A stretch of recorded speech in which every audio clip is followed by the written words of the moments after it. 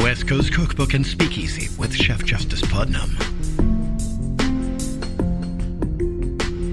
Netrootsradio.com.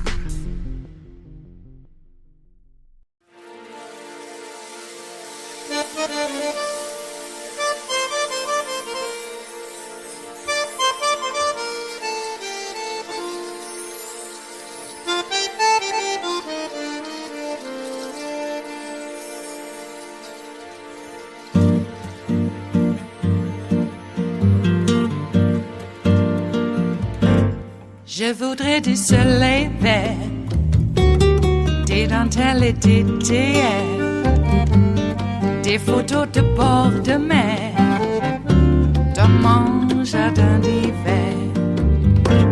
Je voudrais de la lumière, comme en Nouvelle-Angleterre. Je veux changer d'atmosphère, dans mon jardin d'hiver.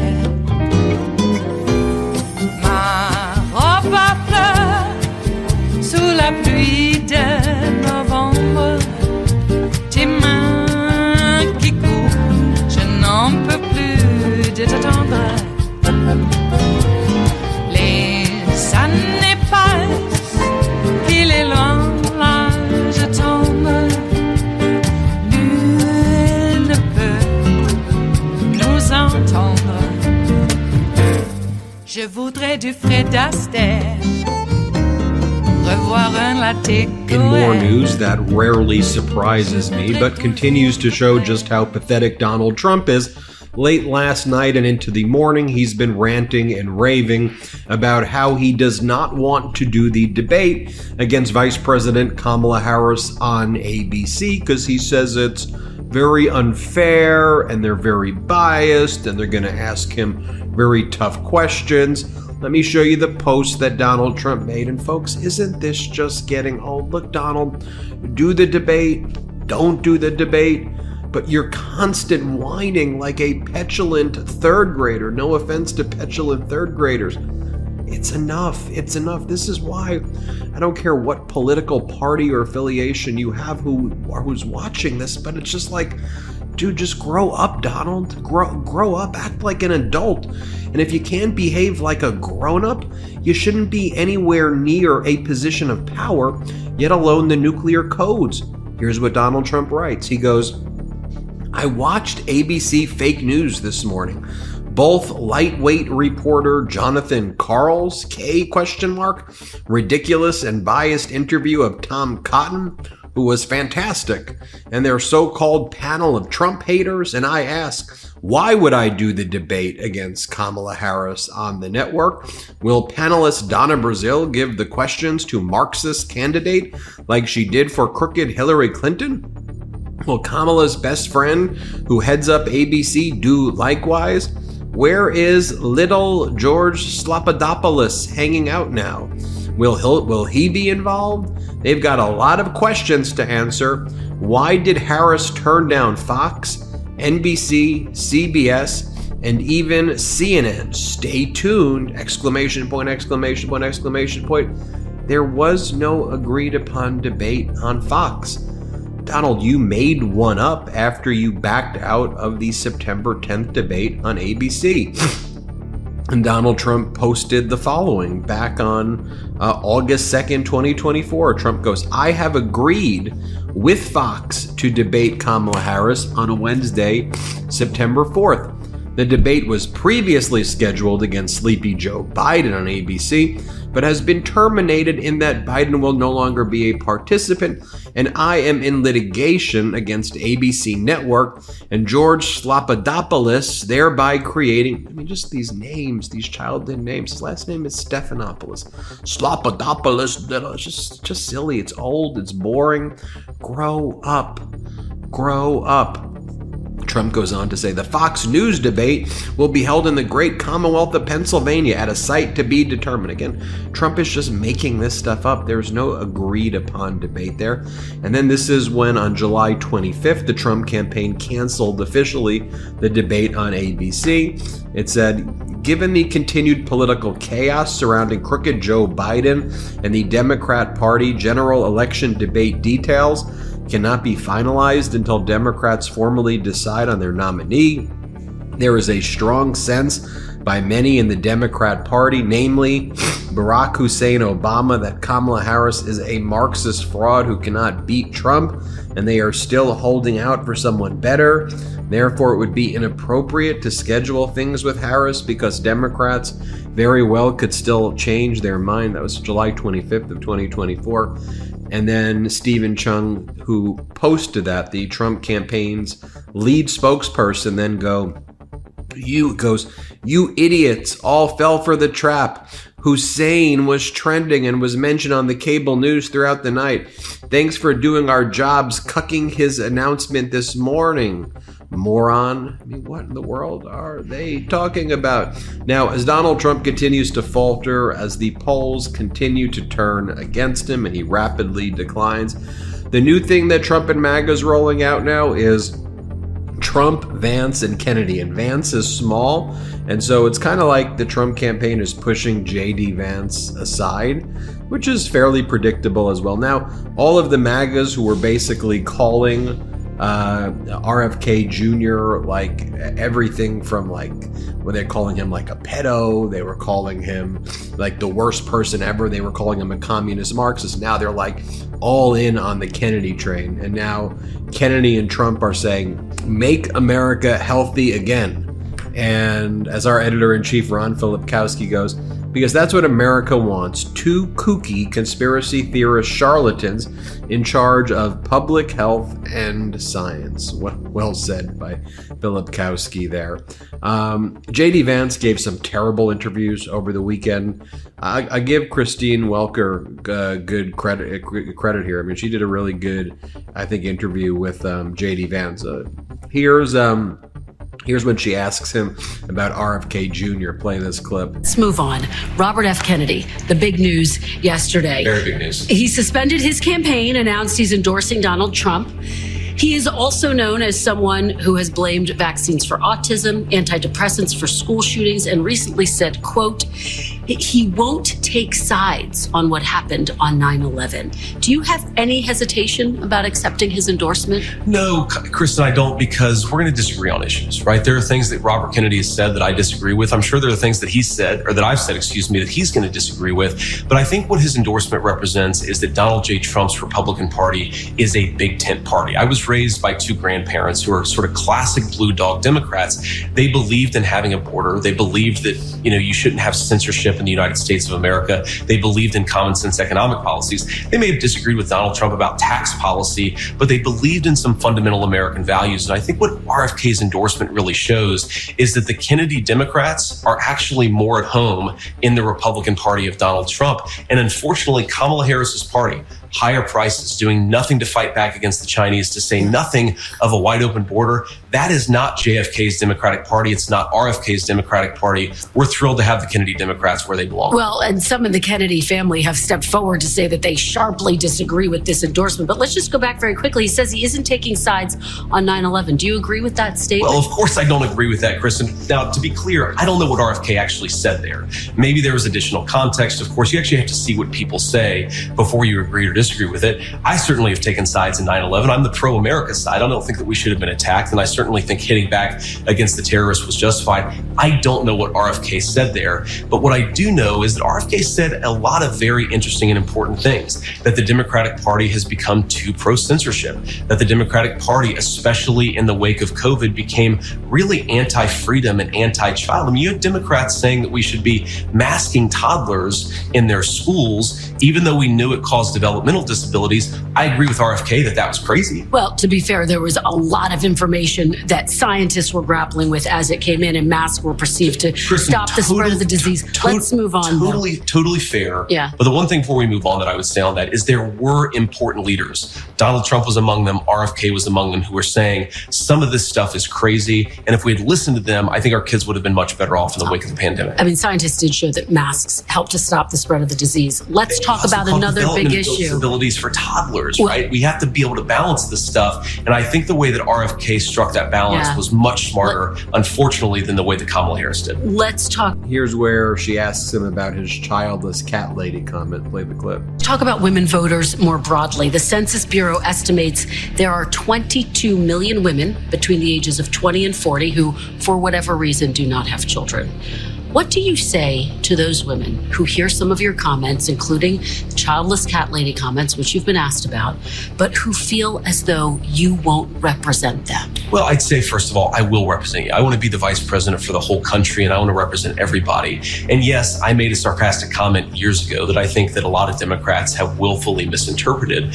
But what I've simply said is that I think that it's really a profound change that's happened in our country where we become anti-family, and I would like to change that. And I think if you... And here she's saying, like, you're saying sarcastic, but like this has really hurt a lot of women. Here, play this clip. Out a little bit. Then you're calling it a sarcastic comment. Sure. And yet some women, and you got the feedback in real time, felt like it was a gut punch to them personally. Do you regret making that comment? Look, I regret certainly that a lot of people took it the wrong way, and I certainly regret that the DNC and Kamala Harris lied about it. But do you regret what you said, Senator? Look, Kristen, I'm going to say things from time to time that people disagree with. I'm a real person. I'm going to make jokes. I'm going to say things sarcastically. And I think that what's important is that we focus on the policy. There are certainly going to be things that I say. If I'm elected vice president, people are going to say, well, I wish he had said that differently. I think it's most important to actually be the person I actually am and to say those sarcastic comments were made in the service of a real substantive point. This country has become too anti-family.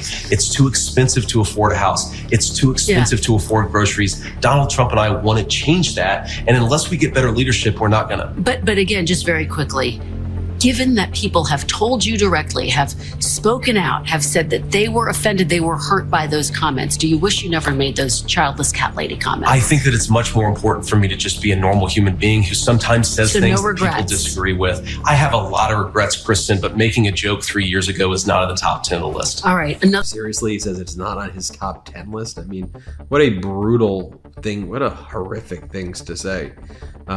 Here, she asks him about what he thinks about Donald Trump casting doubt on the election results. Play the clip. Move on to something that Donald Trump said in North Carolina and yet again Friday night.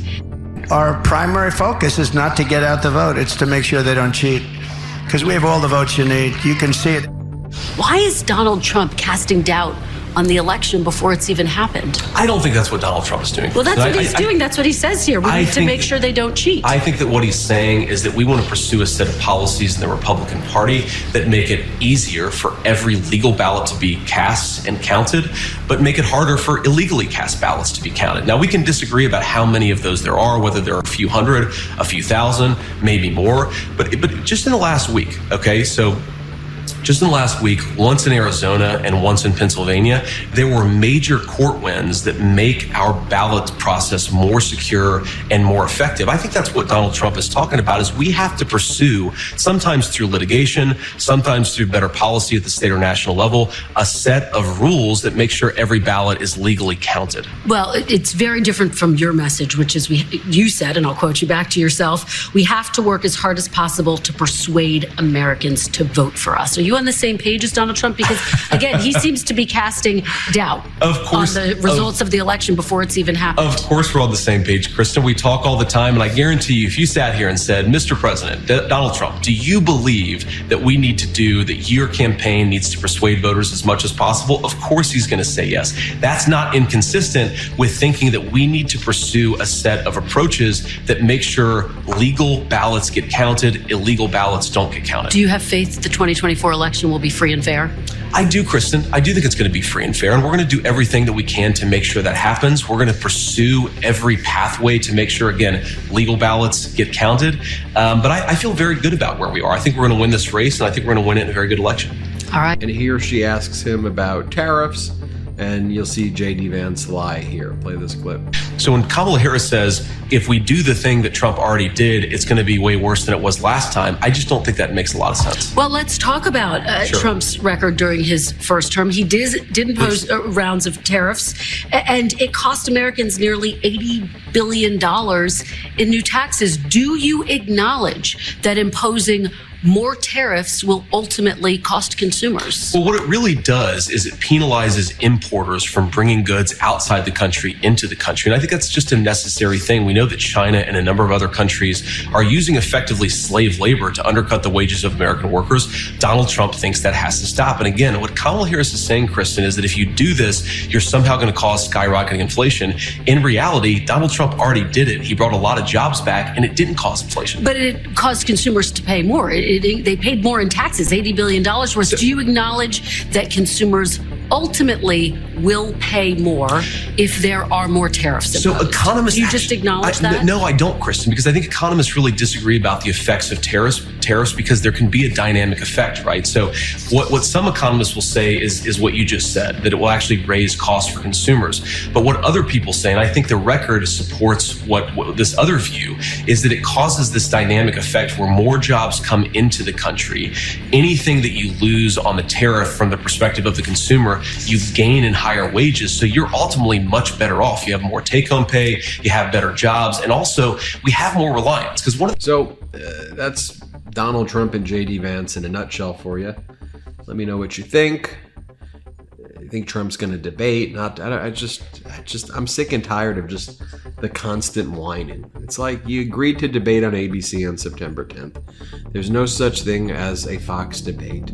That's not happening. So you'll do your Sean Hannity town hall like you want to do anyway, and then go, oh, she refuses to show up. No, just grow up, debate her or don't debate her, and just shut up. I mean, that's kind of how we all feel at this point.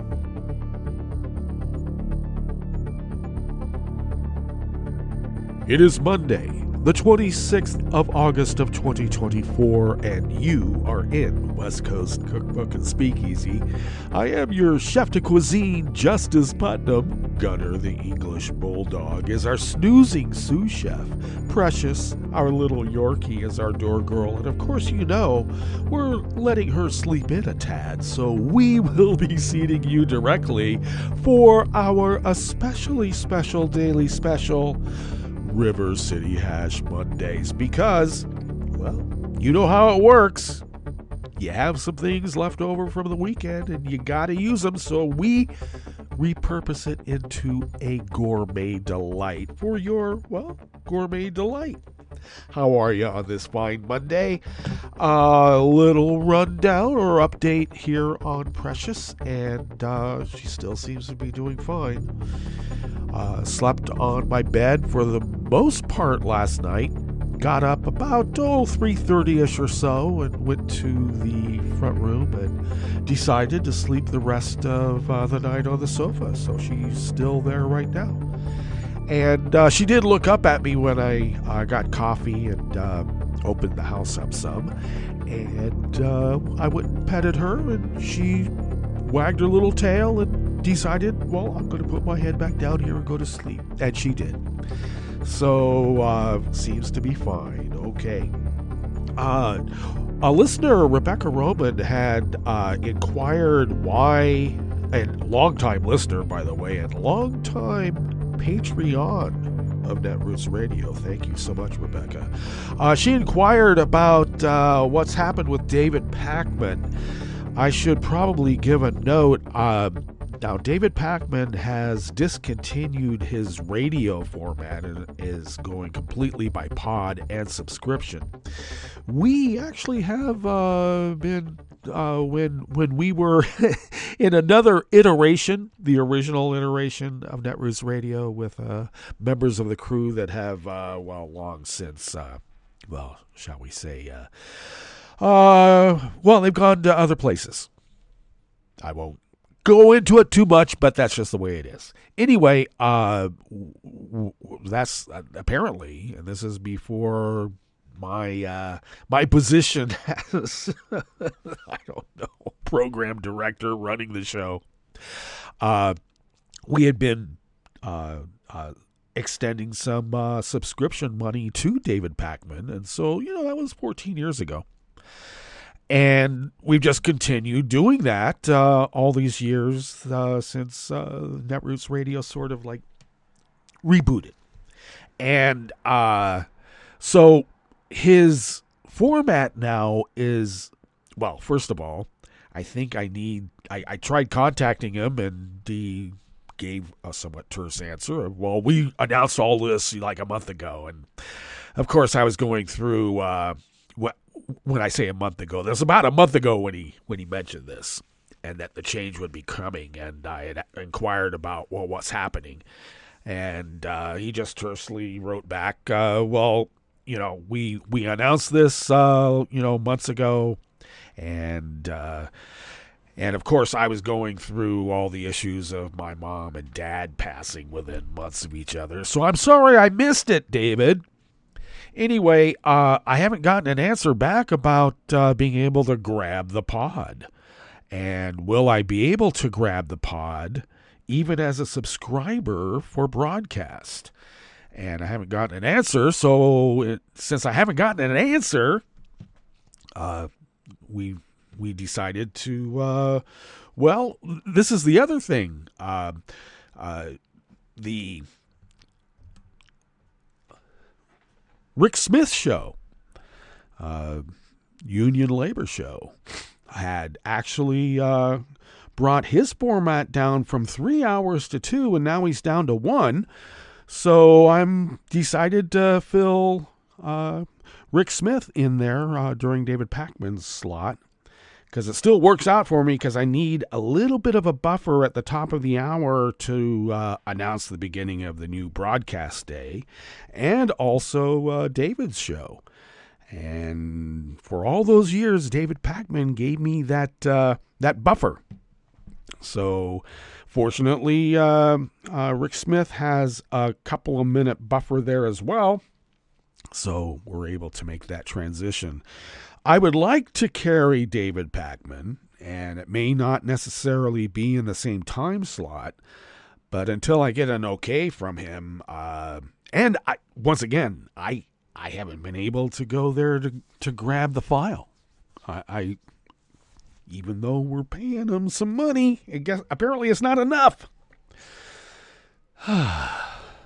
In the beginning, we didn't want to extend ourselves financially because, well, we were, trying to get up and run this little concern. And we were more than willing, and still are, to pull out of our own wallets. But we just decided that we didn't really have enough to extend. And I think that maybe that is a possibility as we go on here a little bit, is that people that we have been featuring on Netroots Radio for all these many years probably could use a little bit of money. So if you're able to, please do. And of course, if you're able to hear, please do. And we thank people like Rebecca who have been with us all these years for all this fits and starts and the power outages and the illnesses and the devastating personal tragedies and all of that. People like Rebecca have stuck with us, and we are forever grateful for that. So thank you. And also thank you for reminding me, Rebecca, that I actually hadn't made an official announcement, because I'm still not sure how official I want to make it that we're not running David right now. But I just, I don't know, it's a moral issue with me, I guess. Integrity, whatever. Until David says okay. And until I have a way of actually being able to grab a file, we'll have to put him on the shelf for a little bit. So there. Alrighty. All right. Well, what else is happening other than Donald Trump going off the deep end? I had mentioned that the usual suspects here, the usual MAGAs who tend to want to poke you in the chest constantly, have gone suspiciously radio silent. The fellow who I call the anti-government, anti-vax, chemtrail, MAGA, anti-government. Did I say anti-public ed already? He's mostly an anti-public ed, but it has anything to do with government that could be run by liberals. And by liberals, I guess anybody who, they pay lip service to the Bill of Rights. But if you ask them on the street about the Bill of Rights, they would call it a communist manifesto. That's usually how the right wing looks at the Bill of Rights when they don't know it's the Bill of Rights. So he decided to, lift his head a couple of times over the weekend. And I got to tell you, I'm not the first one now to, take the guy to task. So it's heartening to see that people are like pushing back against this guy. Because normally, I'm out there and I'll notice a misstatement or, let's just be plain. I'll notice an absolute lie. I know when things are being copied and pasted from the Heritage Foundation, Heritage Society. Heritage Foundation. Boy, the FedSoc and the Heritage Foundation are really kind of intertwined. So that's why I sometimes get them a little, dueled up. Anyway, so that was heartening because I think that people are understanding that we are in a real fight. And in spite of the fact that a lot of MAGA signs have gone up, Trump signs and whatnot, that is not indicative of really the true tenor of the people who even live here in a traditionally conservative part of Oregon. And it sort of belies how conservative it really might be, only in that people keep their head down around here because anybody who lifts their head is prone to be, terrorized. Let's just be plain and clear about it because that's what happens. So, but people aren't taking it anymore. They've had enough. They've just had enough. It's weird what MAGA has been doing. It's certainly not the America people really want. There's a lot of people who actually want to have a prom. You don't get too many proms when you're homeschooled. Let's just, for little simple one-dimensional aspects of it, People like going to the football game. They like homecoming. They like coming back saying hi to their fellow classmates from years gone by. When you're homeschooled, you get to say hi to your sister and brother. Hi. Remember when we were going to school? Yeah. Okay. Well. And then, to make up for it, the homeschool movement will attempt to have some sort of consolidation of all these individual homeschooling parents and make it into kind of like a school. So, I don't know. It sounds to me like it's what the Heritage Foundation has, put in their manifestos every year since they began right around Reagan. And that is, we want to starve public education because, it's the last big union that we can really go after now, isn't it? And it's a union of, in their minds, the teachers' union is a bunch of black ladies. And they don't want to be ruled by black ladies. That's what it really comes down to. In the beginning, I would attempt to broach that subject. Oh, you would not believe how pilloried I was. Race baiting and any number of things. I'm like, oh, yeah, I'm the race baiter. But now, people of like-minded considerations, like Democratic voters, are pushing back. So I don't feel like I'm so alone out there. And I never was. It's just that people were kind of afraid for quite a while. They needed to have an example of someone who might push the envelope a little bit. And also, it's not me. It's the tenor of the whole country now. Oh, the worm has turned, and not just in RFK Jr.'s brain. Which I should add, that whole brain-eating worm story could have been made up. because the effort was in a big financial war, I think, with his wife, who eventually committed suicide. Or was this another one of his wives that he divorced? So, he's perfect for MAGA.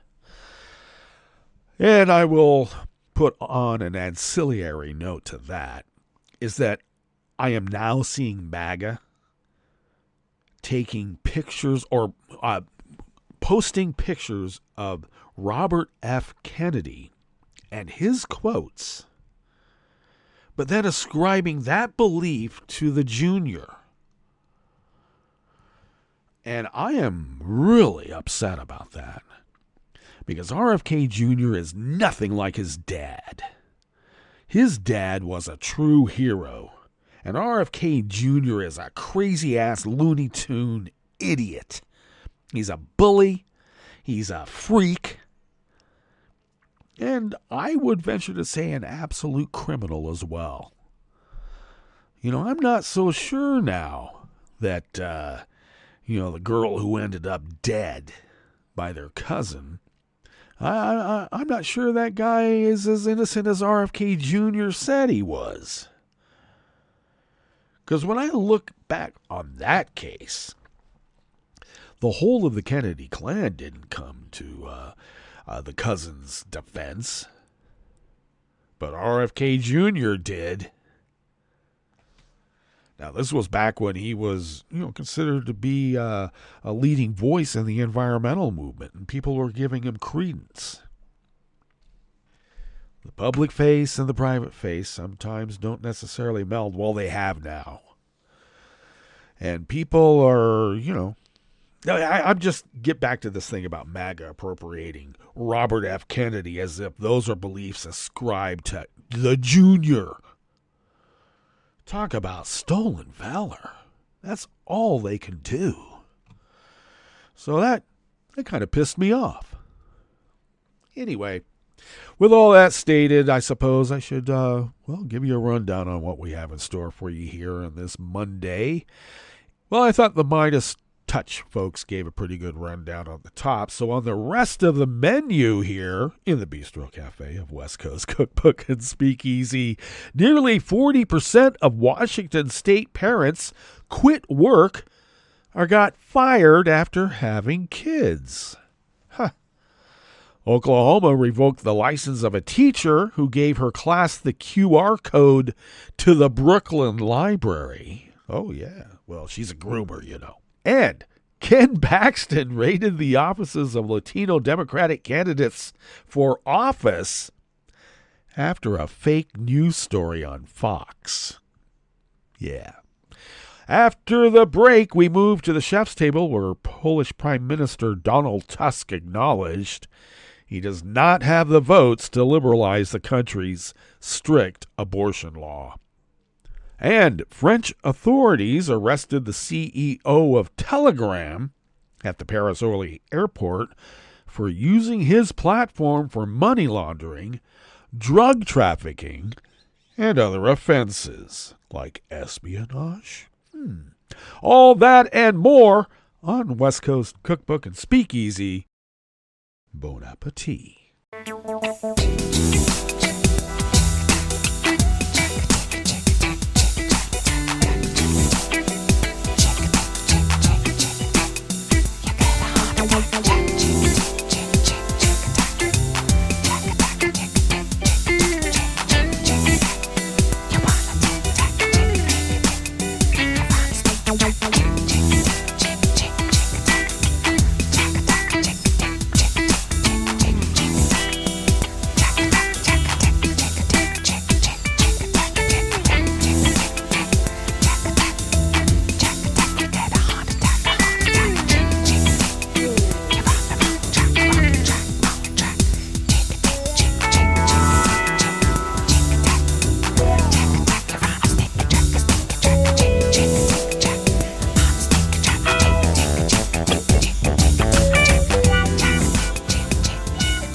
Yes, we are going to tuck right into this first offering here in the Bistro Cafe of West Coast Cookbook and Speakeasy.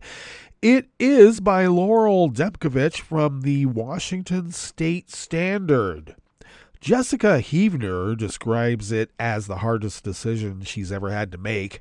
Heavner, of Federal Way, Washington, was working in accounting at the local school district, and when it came time for her annual cost of living raise 2 years ago, she realized the pay bump would put her over the state's income limit for subsidized child care. She would be making too much to get help from the state for care for her 3 children, but too little to pay for care on her own, given the high costs. Heavner, a single parent, opted to find a lower-paying job with fewer hours in order to keep the subsidy, even though her previous job had better pay and benefits. I feel like I'm trapped in poverty, Heavner said. She's not alone in her predicament. A new study from Child Care Aware of Washington found that a lack of child care in the state costs families and employers billions of dollars annually. Employee turnover and absenteeism and lost family income associated with child care costs about $6.9 billion last year, or about $870 per resident. The report analyzes survey data from Zogby Analytics, which sampled 606 parents in Washington, and applies the findings to the state's 1.5 million parents with children 12 years or younger. Nearly 40% of parents surveyed reported quitting work or getting fired since their children were born, and about 62% reported missing at least one day of work in the last 3 months, and 1 in 10 had been out of work for at least a year since their children were born. The cost of care, disruptions in availability, and a lack of care options are all problems. Parents who cannot secure care may not be able to find employment or take part in job skills training. Those who are employed can face reduced hours or missed promotion opportunities. Last year, the report said, employers lost $1.5 billion due to employee turnover because of child care, and another $2.6 billion was lost because employees missing work due to child care issues. Meanwhile, families lost $2.9 billion in income because of child care related time off.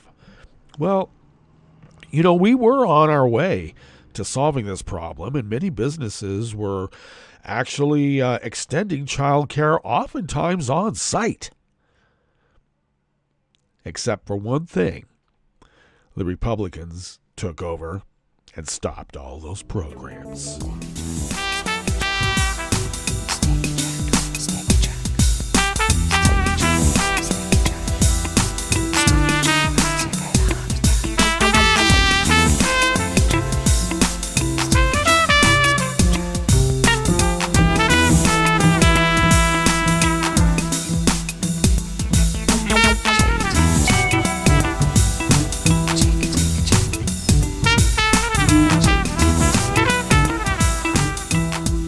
Nadia Lathan of the Associated Press brings us this next offering here in the Bistro Cafe of West Coast Cookbook and Speakeasy, River City Hash Mondays. Oklahoma's Education Board has revoked the license of a former teacher who drew national attention during surging book ban efforts across the U.S. in 2022 when she covered part of her classroom bookshelf in red tape with the words, "Books the state didn't want you to read." The decision on Thursday last went against a judge who had advised the Oklahoma Board of Education not to revoke the license of Summer Boismere, who had also put in her high school classroom a QR code of the Brooklyn Public Library's catalog of banned books. An attorney for Boismere, who now works at the Brooklyn Public Library in New York City, told reporters after the board meeting that they would seek to overturn the decision. "I will not apologize for sharing publicly available information about library access with my students," The former teacher posted on Twitter, "My livelihood will never be as important as someone's life or right to read what they want." Brady Henderson, her attorney, and the Office of Oklahoma State Superintendent Ryan Walters did not respond to phone messages seeking comment. Boysimer, a fervent reader with a passion for fantasy novels, had been teaching English for 9 years when she was involuntarily thrust into the center of Walters' campaign for statewide office in August of 2022. She received threats on social media and was accused of being part of a broader movement led by teachers to influence children's political beliefs. Oh, horrors! Boysimer resigned soon after. She said at the time that she had hoped to spark a discussion about Oklahoma legislators' book restrictions and a new law prohibiting lessons on critical race theory and other concepts about race and gender. Instead, she was summoned to a meeting with school administrators after a parent complained. Walters, who was a candidate for Oklahoma's top education office when Boysimer was teaching, had called on the board in 2022 to revoke her teaching license in a letter he shared on social media. Now, Boysimer has maintained that she did nothing wrong. Teachers in public schools across the country continue to face scrutiny at the local and state level as lawmakers in Republican-led state houses push forward with book bans and restrict curriculum on issues related to race, gender, and sexuality, such as in Iowa and Utah.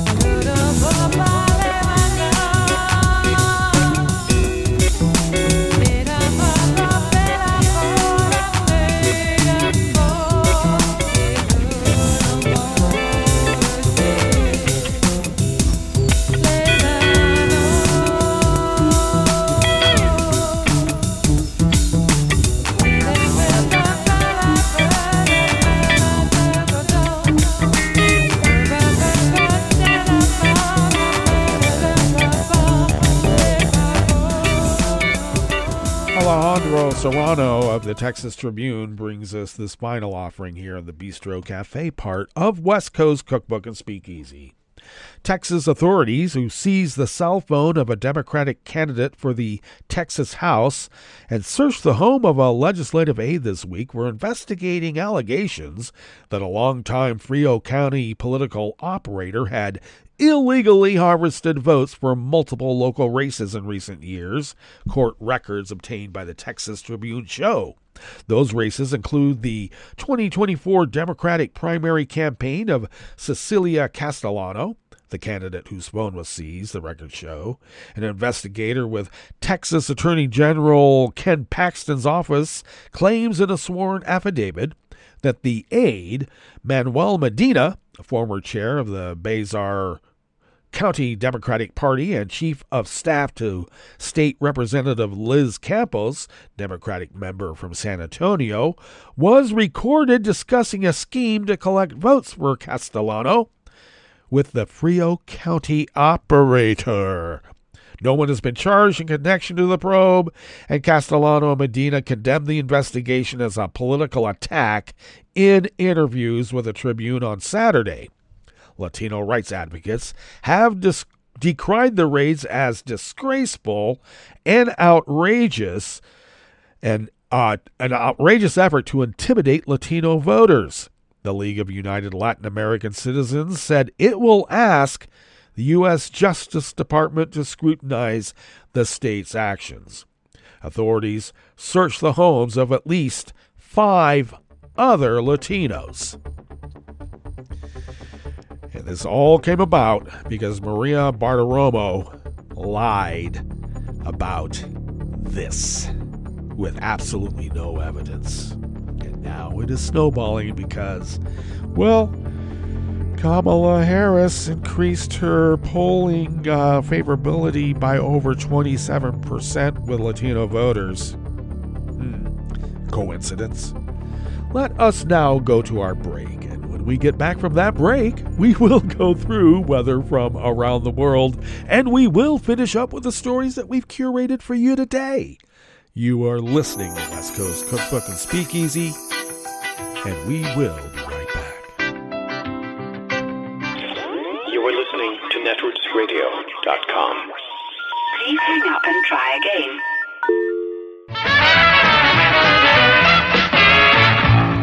From a point at sea to the circles of your mind, a new force is at work for planetary transformation. New radio for a new Earth.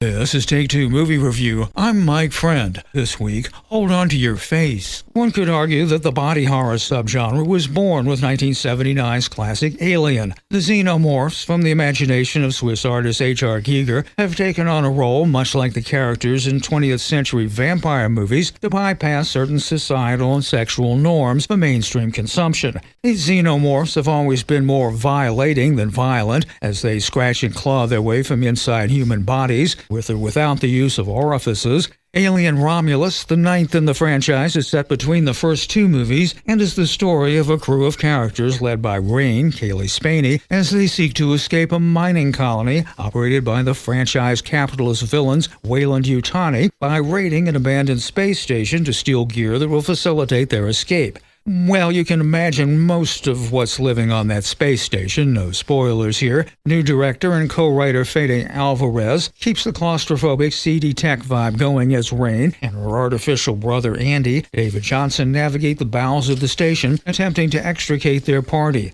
Pans to the earlier movies abound, including a controversial one to bring back an AI-generated Ash, the likeness of the late actor Ian Holm, portrayed on flickering 4x3 monitors, which has gotten a few comparisons of the movie's production company to Weyland-Yutani. Spaney, recently of Civil War and Priscilla, seems an unlikely choice to lead, especially given her predecessor, but she effectively redefines the role to more team leader than hero, and her relationship with brother Andy actually has some depth. Not hot cinema, or even that groundbreaking, Alien Romulus is a slimy thrill ride that fans of the franchise will enjoy. This has been Take Two Movie Review. I'm Mike Friend. Catch up with us at TakeTwoMovieReview.com and feed us back on our channel on YouTube.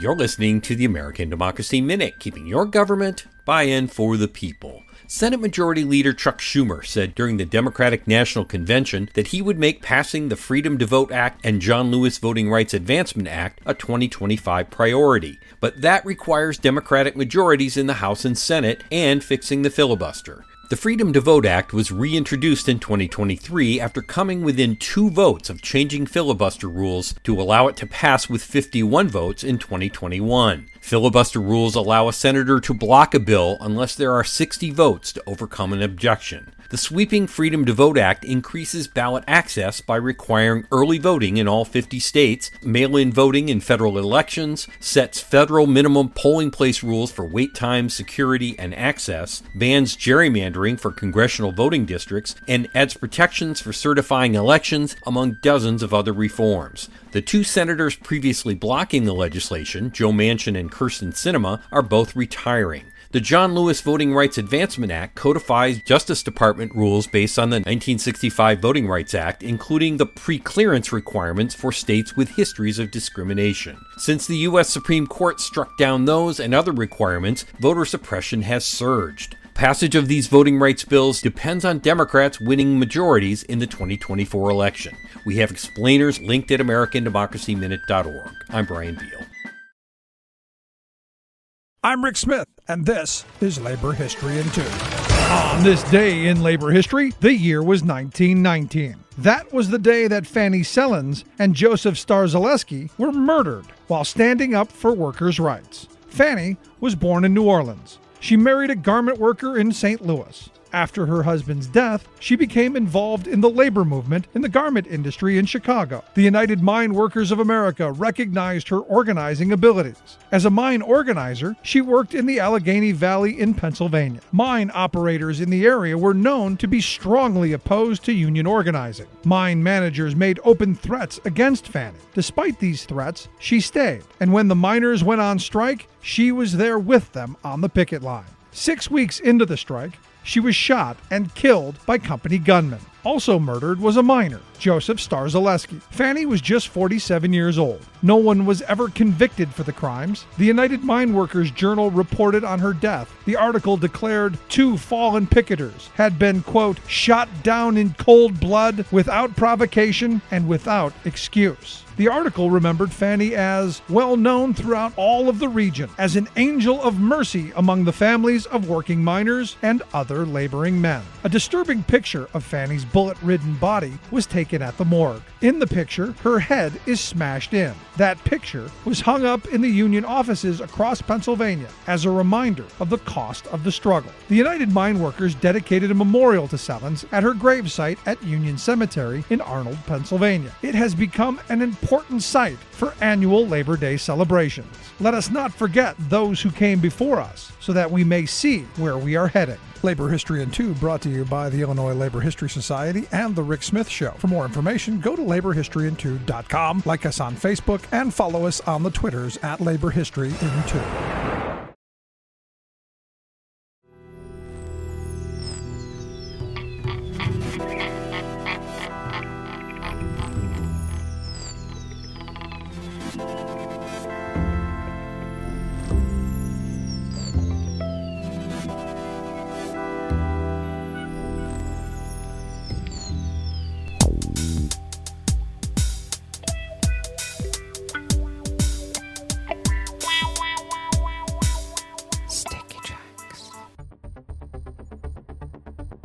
Thank you for accompanying us here to the Chef's Table at West Coast Cookbook and Speakeasy, River City Hash Mondays.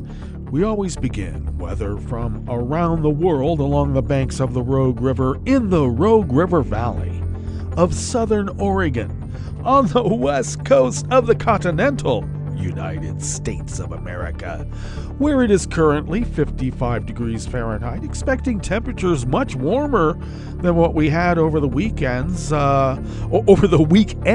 expecting highs around 91 or maybe a tad warmer. We were in the 70s and 80s over the weekend, and we had quite a bit of rainfall as well, which was very good. Looks like it will be sunny throughout the day with winds out of the north at 5 to 10 miles per hour. Clear skies overnight with lows near the mid-50s, winds out of the northwest at 5 to 10 miles per hour. Then mainly sunny tomorrow with highs in the mid-80s with winds out of the northwest at 5 to 10 miles per hour. Grass pollen is rated low here in Rogue River proper. The air quality index for the region is in the good range at 20 parts per million, and that daytime UV index remains very high at level 7. And that is a fall number, but still, do take care.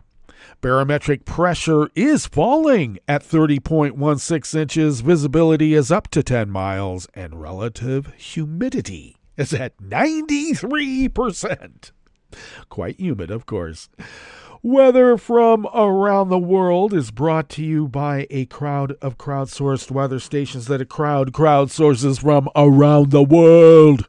And that is the Weather Underground. London is registering 71 degrees and fair. Paris is 74 and sunny. Rome is 98 and sunny with a heat advisory. Kabul is 83 and sunny. Hong Kong is 95 and partly cloudy. Tokyo is 83 and partly cloudy. Auckland, New Zealand is 56 and merely cloudy. San Francisco, California is 61 and partly cloudy. Chicago, Illinois is 78 degrees partly cloudy, but they have a heat advisory because they are expecting highs around 98. Wow. And New York, New York is a pleasant 72 degrees Fahrenheit and fair. And that is weather from around the world, brought to you by a crowd of crowdsourced weather stations that a crowd crowdsources from around the world.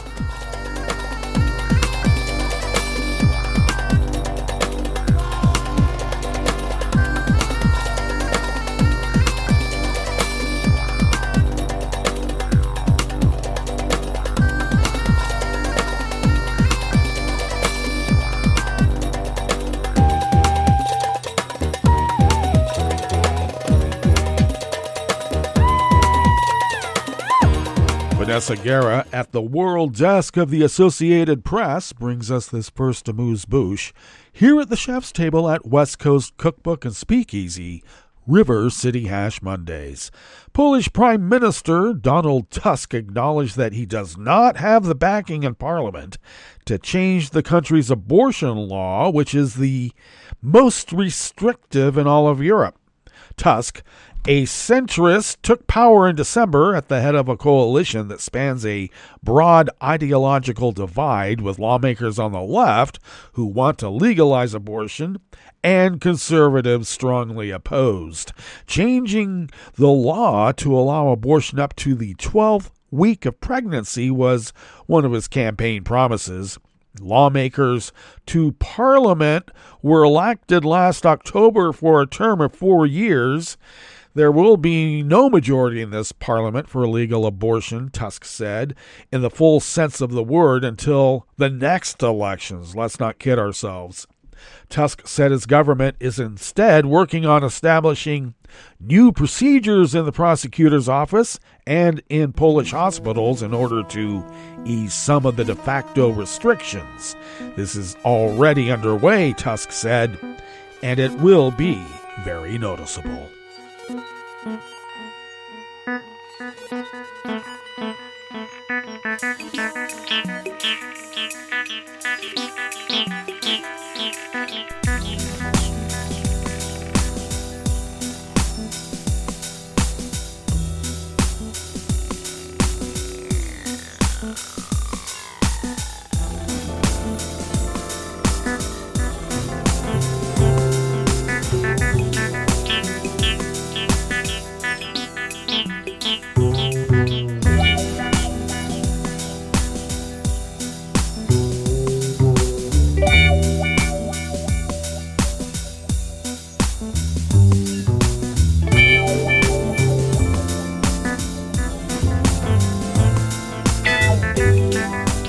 Zirk at the World Desk of the Associated Press brings us this final amuse-bouche here at the chef's table at West Coast Cookbook and Speakeasy. The founder and CEO of the messaging service Telegram was detained at a Paris airport on an arrest warrant, alleging his platform has been used for money laundering, drug trafficking, and other offenses. Pavel Durov, a dual citizen of France and Russia, was taken into custody at Paris Le Bourget Airport on Saturday evening after landing in France from Azerbaijan. I apologize for calling it Paris Orly. That was the first report I had, so they've updated this. Investigators from the National Anti-Fraud Office attached to the French Customs Department notified Durov, age 39, that he was being placed in police custody. Durov's representatives could not be reached for comment, at least not immediately. French prosecutors declined to comment on Durov's arrest when contacted by the Associated Press yesterday, Sunday, in line with regulations during an ongoing investigation. Well, you didn't need to tell me that. We already know. French media reported that the warrant for Durov was issued by France at the request of the special unit at the country's Interior Ministry in charge of investigating crimes against minors. Those include online sexual exploitation, such as possession and distribution of child sexual abuse content, and grooming for sexual purposes. And maybe if they find a little bit of Russian collusion trying to take over the world, That might be helpful too. Well, Telegram was founded by Turov and his brother in the wake of the Russian government's crackdown on mass pro-democracy protests that rocked Moscow at the end of 2011 and 2012. The demonstrations prompted Russian authorities to clamp down on the digital space, adopting regulations that forced internet providers to block websites and cell phone operators to store call records and messages that could be shared with security services. In the increasingly repressive environment, Telegram and its pro-privacy rhetoric offered a convenient way for Russians to communicate and share news, and they thought it was end-to-end encrypted, and guess what? It's not.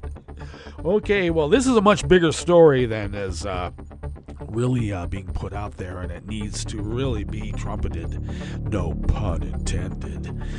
Well, that does bring us to the end of our broadcast period for the day, but you do know Netroots Radio broadcasts on, and we will meet up here tomorrow for Tarrytown Chowder Tuesdays. Remember, we're not going to be here Wednesday and the rest of the week, but we will be back on Monday of next week. But do stay tuned to Netroots Radio all day and all night for all the breaking news as it breaks, and we will meet up here tomorrow, right here, in West Coast Cookbook and Speakeasy.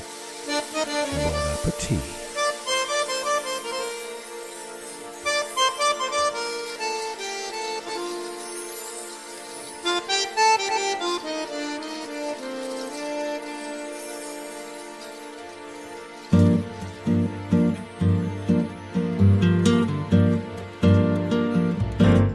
Je voudrais du soleil vert, des dentelles et des théières, des photos de bord de mer, dans mon jardin d'hiver.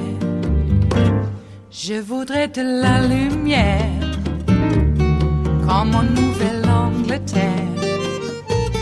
Je veux changer d'atmosphère, dans mon jardin d'hiver. À fleurs, sous la pluie de novembre, tes mains qui courent, je n'en peux plus de t'attendre. Les années passent, qu'il est loin, là je tombe. Nul ne peut nous entendre. Je voudrais du Fred Astaire, revoir un latte Goël. Je voudrais toujours te plaire dans mon jardin d'hiver. Je veux déjeuner par terre, comme au long de golfe clair. T'embrasser les yeux ouverts dans mon jardin d'hiver.